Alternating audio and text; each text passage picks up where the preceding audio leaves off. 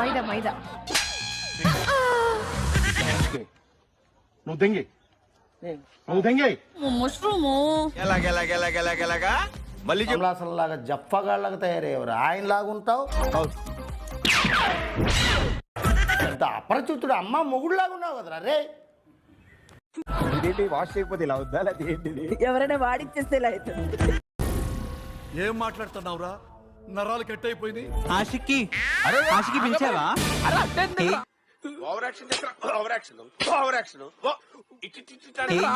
కనుక్కుంది. కాస్త చెప్పింది ఆలకించరా.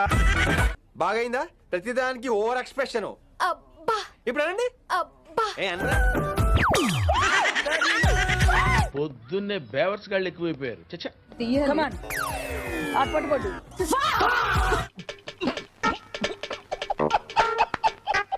అవినాష్ ఆ కర్ర వదిలేడు సార్. 25 గుంజీలా.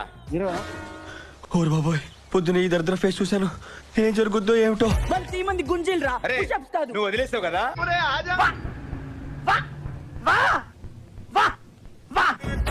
నన్ను చూసేపు కొడతావా? ఎంత ధైర్యమే నీకు? నేను ఎవరో తెలుసా? పిచ్చోళ్ళ గురించి వెంటనే కానీ లైవ్ లో ఇదే చూడటం.